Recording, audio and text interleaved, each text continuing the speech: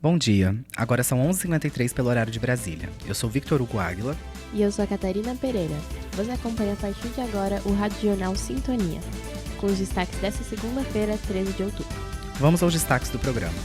Mulheres na ciência e seu papel no campo científico. A adultização e suas consequências.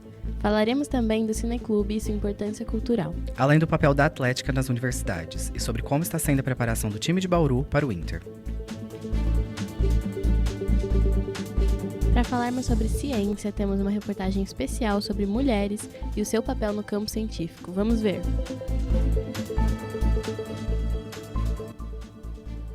Nos dias 11 e 12 de setembro, a Unesp Bauru sediou a segunda jornada de pesquisadoras, evento que reuniu acadêmicas, estudantes e convidadas para debater o papel das mulheres na ciência e estimular a produção de conhecimento em diferentes áreas. Historicamente, as mulheres enfrentam muitos obstáculos para conquistar espaço no meio científico.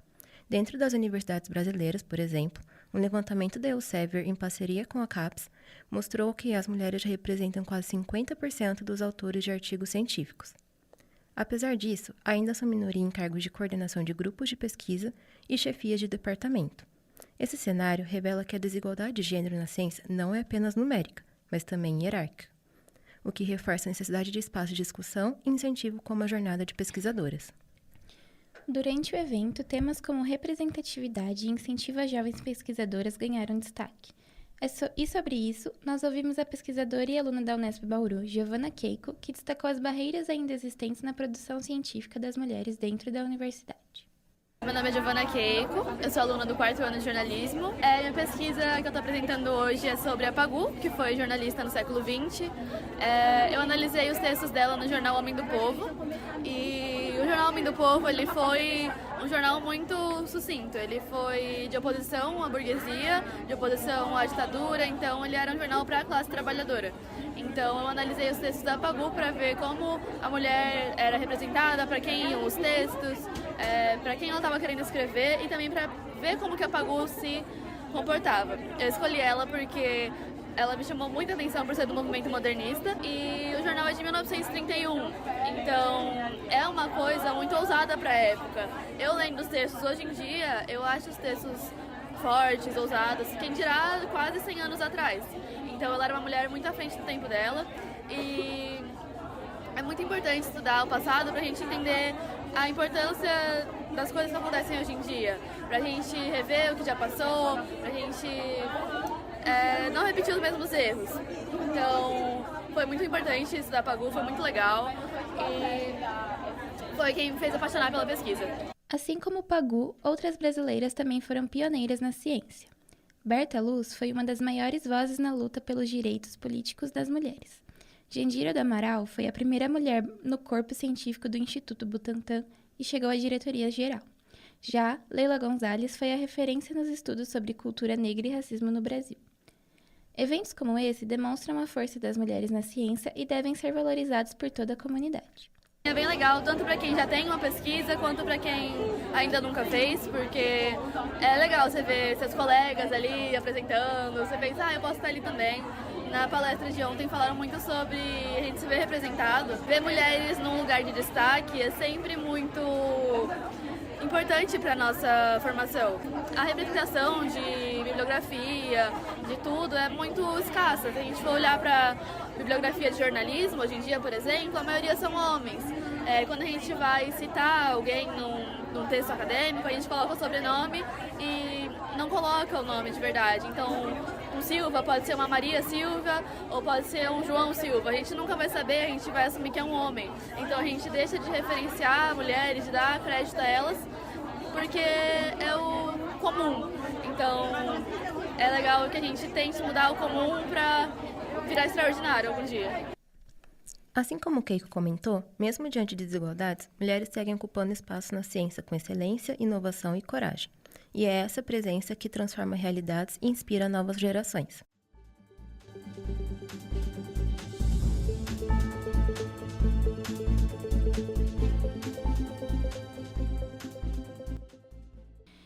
É realmente inspirador. E continuando o papo de ciência, a Unesp divulgou um método rápido e barato para a detecção de metanol em bebidas alcoólicas, desenvolvido por pesquisadores da universidade. Nas últimas semanas, a população brasileira tem se preocupado com casos de intoxicação pela substância altamente tóxica encontrada em bebidas alcoólicas adulteradas. Até o momento, são 295 notificações para casos suspeitos de contaminação no país, além de 5 mortes confirmadas pelo Ministério da Saúde. Diante do alto número de casos, a pesquisa, realizada em 2022 pelo Instituto de Química da Unesp de Araraquara, ganhou os holofotes nos últimos dias. Com um custo estimado de apenas R$10, em 15 minutos já é possível fazer a identificação sem exigir conhecimento prévio especializado. Funciona tanto para bebidas e etanol quanto para gasolinas. A pesquisa foi liderada por Larissa Alves de Melo Modesto, mestranda da faculdade na época. Apesar do método ser inovador e eficaz, nunca chegou ao mercado por falta de parceiros comerciais para investir na solução. Para que os testes cheguem de fato à população, é necessário passar pelo processo de transferência de tecnologia, em que a universidade firma parcerias com empresas interessadas na produção e comercialização do produto. O objetivo agora, segundo pesquisadores, é justamente atrair investidores para que o teste possa ser utilizado em larga escala e ajude a prevenir novos casos de intoxicação.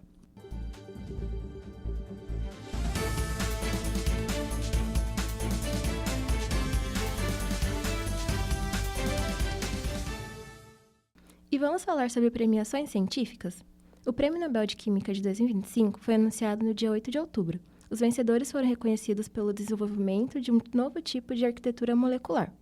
Essas estruturas podem ajudar em desafios ambientais importantes, como capturar dióxido de carbono, reduzir a poluição por plásticos e até coletar água do ar em regiões desérticas.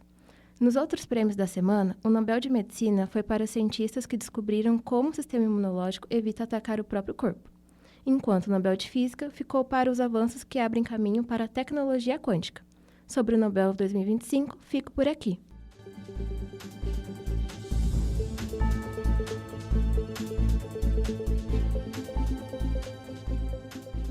Agora, falando sobre um assunto que anda preocupando muitos pais por aí, nas redes sociais é cada vez mais comum ver crianças com maquiagem, roupas de adulto e fazendo até poses de influenciadores. Essa tendência tem um nome: adultização infantil. Pois é, Catarina. O que parece um problema inocente tem sido assunto de discussão na internet nos últimos dias. O presidente Luiz Inácio Lula da Silva sancionou a Lei 15.211, do ano de 2025, que protege crianças e adolescentes no ambiente digital. O texto foi publicado em edição extra do Diário Oficial da União de quarta-feira, 17. O que especialistas têm nos alertado é que essa exposição precoce pode afetar o desenvolvimento de crianças e adolescentes. Esse assunto voltou a ser muito comentado depois da publicação de um vídeo de denúncia feito pelo influenciador Felca, em que ele critica o excesso de exposição infantil na internet. De acordo com a pesquisa realizada pelo rádio-jornal Sintonia, a maior parte dos pais de crianças pequenas tem percebido um comportamento adulto nos seus filhos, que acreditam ser causado pela exposição de redes sociais. Alguns dos pontos que mais preocupam é o consumo de conteúdo não adequado, o hiperestímulo visual por conta das telas e a dificuldade de conseguir se relacionar socialmente. Durante a pesquisa, conversando com uma mãe, ao ser questionada se o problema seria geracional, ela comenta que se é um problema geracional, né, da geração atual. Eu acredito que não. Eu acho que todos os jovens e crianças sempre quiseram adultecer. Eles sempre quiseram, eles olham os adultos como uma referência. O que acontece hoje em dia é que eu acho que o conteúdo que se vende na internet, aí muito até da bolha que o Felca até estourou aí também no vídeo dele, aí sim é um problema geracional, entendeu? Então, o conteúdo que se vende é adultizado, coisa que não acontecia na nossa infância, por exemplo, na minha geração. Realmente, precisamos ficar cada vez mais de olho, né? E se você é pai ou mãe, existem algumas dicas para proteger o seu filho. Controle o tempo de uso de internet, supervisione e filtre os conteúdos consumidos e estimule outras atividades adequadas para a idade do seu filho.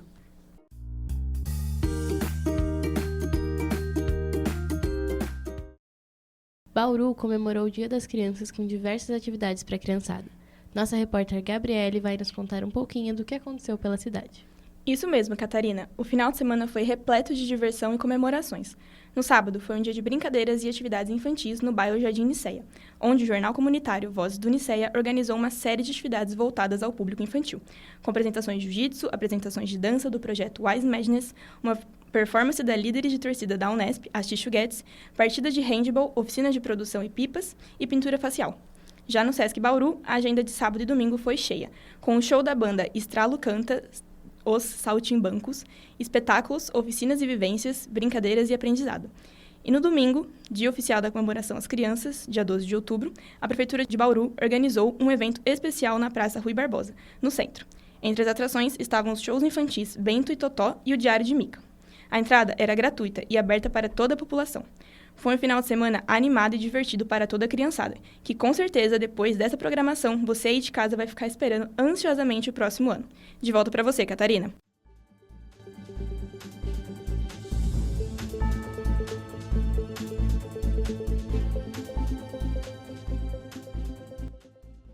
Falando agora sobre cultura, a terceira edição do Cineclube do Persona ocorreu no dia 30 de setembro.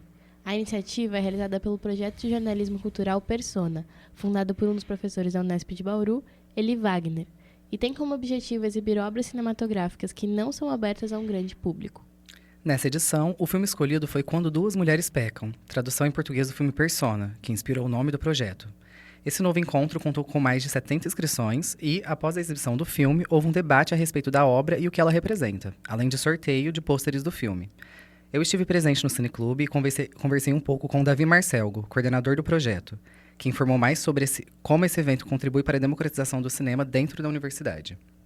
Eu acho que contribui principalmente para discussão sobre cinema, porque a gente fala de cinema o tempo todo, assim, principalmente depois do advento das redes sociais, tá todo mundo falando de arte o tempo todo.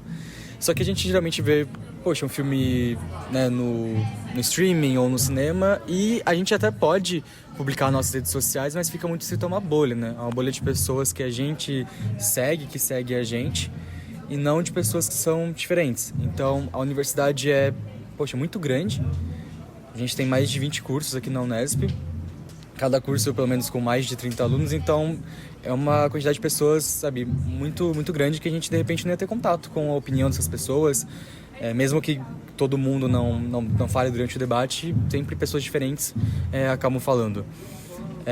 Então acho que tem um tipo de democratização das ideias sobre cinema, mas sobre o cinema em si também, né? A gente faz uma vez por mês e é gratuito, a pessoa não precisa de nada para assistir o filme. A gente sabe com certeza que tem as limitações, né? É uma terça-feira, 4 horas da tarde, é um número restrito também de pessoas, mas é o máximo que a gente, como aluno e como um grupo de estudo da Unesp, que não tem suporte nenhum da universidade, a não ser do nosso professor coordenador, consegue fazer. Além disso, Davi também falou sobre os critérios e referências utilizados para fazer a curadoria dos filmes que são exibidos. O primeiro e mais importante é que esse filme ele não seja hollywoodiano, no sentido da indústria cultural de Hollywood, então que as pessoas conhecem, já viram. Então a gente tenta ser filmes mais undergrounds e que você não veria em outro lugar. De repente você não veria por conta própria, ou você não veria numa sala de cinema, num circuito multiplex. Então esse é o primeiro e mais importante, mas o segundo é por tema, né? Então esse mês o tema foi aniversário do Persona, 10 anos, então o filme que deu origem ao nome. E em junho, por exemplo, mês do orgulho LGBT, o filme comemorado era um filme sobre personagens LGBTs. Então, são essas duas frentes. Diferenciação e temática.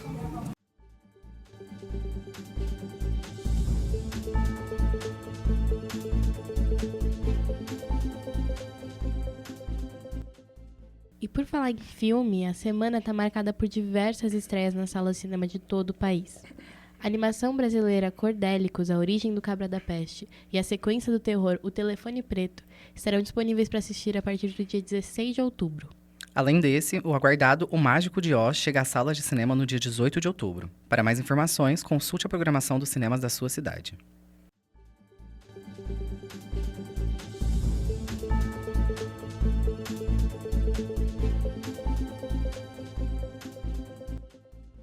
Sobre o tempo, nesta segunda-feira, a previsão é de chuva na maior parte da manhã, com tarde e noite também chuvosas.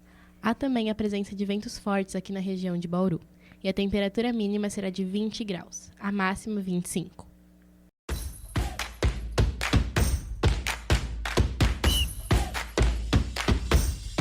Agora falando um pouco sobre esportes, novembro é um mês muito importante para as equipes universitárias. Estamos nos aproximando cada vez mais do Inter, o campeonato mais esperado para os alunos que estudam nas Unesps de todo o estado de São Paulo. O Inter, assim como os outros jogos universitários, são promovidos pelas atléticas de todas as unidades da Unesp do país. As atléticas são organizações formadas por estudantes e promovem eventos sociais e culturais, além de, claro, esportivos. Ela é parte essencial da vida universitária, é quem promove a prática de esportes de maneira democrática e também incentiva a integração entre calouros, veteranos, cursos e diferentes faculdades. E para além da diversão, a competitividade é a base das equipes, que têm os Jogos Universitários como alvo principal. O Inter Unesp acontece todo ano desde 2001 em várias cidades unespianas e as atléticas de Araraquara, Rio Claro, Guaratinguetá, Bauru, Botucatu, Franca, Ilha Solteira e Presidente Prudente foram responsáveis por sua fundação como conhecemos hoje. A Unesp de Bauru é que possui mais títulos de campeã do Inter, tendo ficado em primeiro lugar 15 vezes, em segundo lugar 5 vezes e em terceiro lugar 2 vezes. Para explicar melhor sobre a importância da atlética e como está a preparação dos times da Unesp de Bauru, nossa repórter Isabela Cristina entrevistou Vitória Aline, diretora esportiva e integrante do time de futsal feminino. Bom dia, meninas. Bom dia a todos. Estou aqui na sede da Atlética com a Vitória. E a minha primeira pergunta é como você vê a importância da atlética na vida universitária? Obviamente, a Atlética é um lugar de união ali, de integração entre todas as faculdades da Unesp Bauru, porque às vezes no território mesmo onde ficam as faculdades pode segregar um pouco as pessoas, né? Então a Atlética fica esse lugar aberto para todo mundo poder conhecer, né? E também fazer parte, como também participar dos times. Só que além disso, a gente também tem nossa parte social, onde a gente faz eventos, né? Propõe eventos também, como integrações entre todas as instituições, né? Febre Amarela, Bateria, Não Teria e as Texuguetes, né? Que são as instituições também que englobam todo mundo, assim, sem partido, digamos assim. A gente faz o Tesouro Unesp, que tá para acontecer, então doação de cabelos, a gente fez a do Unesp com a doação de sangue, a gente usa a nossa influência dentro do campus, a grandeza da comunicação que a gente tem com o nosso Instagram para também atingir esses lugares. E como você enxerga a importância do Inter do campeonato para os estudantes?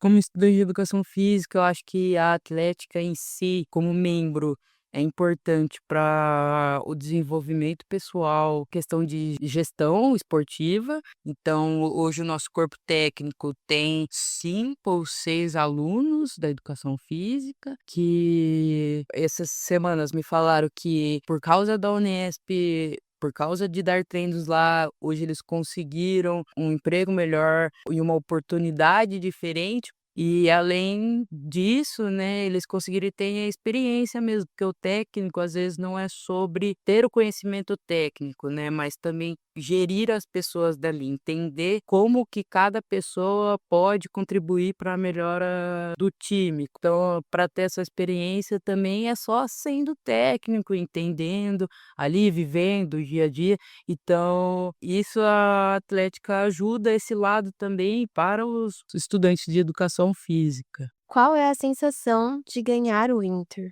Sensação de ganhar o Inter é indescritível. Sempre penso no trabalho que eu fiz durante o ano inteiro e a dedicação que a gente dá todos os dias, não só para a Atlética, como quando eu era atleta. Então, eu ganhei como atleta muitos anos nas modalidades e o ano passado como atlética, né? Então, foi dever cumprido, assim, tira um peso das nossas costas e dá ânimo para a gente continuar fazendo o que a gente faz, né? Por amor mesmo à atlética e por a hora que chega lá e querer ouvir que Bauru é campeão. Então, é o trabalho que a gente faz todos os dias de formiguinha, de ficar acordado até tarde, de fazer diversas reuniões, pensar sobre muitas coisas, né? Às vezes muitos desentendimentos, mas é para um bem comum, bem maior, assim, que é levar a taça no final do Interunesco. E as equipes de Bauru, como estão se preparando? Bom, as equipes da Unesp Bauru, elas têm 2 vezes na semana um treino de 2 horas. A maioria das modalidades tem técnicos, e os técnicos são ou profissionais de educação física ou alunos da educação física. Os treinos estão cheios, a gente sempre tem ativação no meio dos treinos, então para engajar a galera, engajar o pessoal a participar. E até que tá dando certo. Quais são as metas da Atlética para os próximos anos? Bom, a maior meta aí é continuar a ganhar o Inter como Atlética, que vem aí 3 anos, então 2019, não, 4, 19, 22, 23 e 24, a gente foi a Atlética campeã, então queremos continuar o legado. A gente sabe que Prudente vai vir muito forte também esse ano, que é a maior Atlética rival, assim, mas o objetivo é ganhar o Inter, fazer um trabalho bom, entregar para os atletas um Inter adequado, onde que eles consigam descansar, se alimentar bem e ter um lugar ali para ficarem tranquilos, né, no nosso alojamento e também oferecer o que a gente pode, né, como físio, café da manhã e tudo mais, para eles conseguirem apenas focarem em ganhar os jogos e principalmente ganhar de Prudente. Muito obrigada, Vitória. Agora volto com vocês, meninas, aí no estúdio. Muito obrigada, Isabela. Estamos todos pela torcida pelo próximo título da Unesp Bauru. Voltamos com você, Vitor. Obrigado, meninas. Outro acontecimento marcante no mundo do esporte foi a conquista do título do Paulista de vôlei pelas meninas do SESI Bauru. Pois é, Vitor. As meninas conquistaram o título nesse sábado, dia 11, após uma campanha espetacular. E com o final de mais um campeonato, eu queria saber a agenda esportiva dessa semana. Vamos com as nossas repórteres Isabela e Giovana para saber o que nos espera. É com vocês, meninas. Realmente, essa semana tem muita coisa para os amantes do esporte. Nesse sábado, dia 18, o torneio mais aguardado pelos fãs de basquete volta a acontecer. A temporada de 2025 e 26 do NBB estreia com jogos marcantes, como Vasco e Fortaleza em São Januário, Minas e Corinthians na Arena UniBH e o mais importante para nós, Bauru e Flamengo se enfrentam às 17 horas no Panela de Pressão. Falando um pouco mais sobre esse jogo, o Flamengo chega como campeão invicto do torneio de abertura, com Alexei Borges eleito MVP do campeonato. Mas Bauru não fica para trás. Não podemos esquecer que na última temporada a estrela brilhou mais forte, com Dontrell Bright sendo consagrado o MVP. E saindo do basquete, vamos falar de futebol? Estamos em data FIFA e a nossa amarelinha enfrenta o Japão em um amistoso nesta terça-feira, dia 14, às 7h30 da manhã. Mas para quem está com saudade do Brasileirão, pode comemorar que a 28ª rodada começa nessa quarta, dia 15, com clássicos como o Derby Mineiro em BH, Alvinegro na Vila e Clássico Rei lá em Recife. Além disso, o topo da tabela pode balançar. O atual líder Palmeiras entra em campo para enfrentar o Bragantino. Já o Flamengo busca recuperar a liderança enfrentando seu rival Botafogo fora de casa. E no feminino, a Libertadores está dando o que falar, com a sua semifinal que acontecerá quarta e quinta, dia 14 e 15, e a grande final dia 18, sábado. Então fiquem ligados que essa semana promete, e pode ficar tranquilo que iremos atualizando sobre tudo o que está acontecendo no mundo do esporte.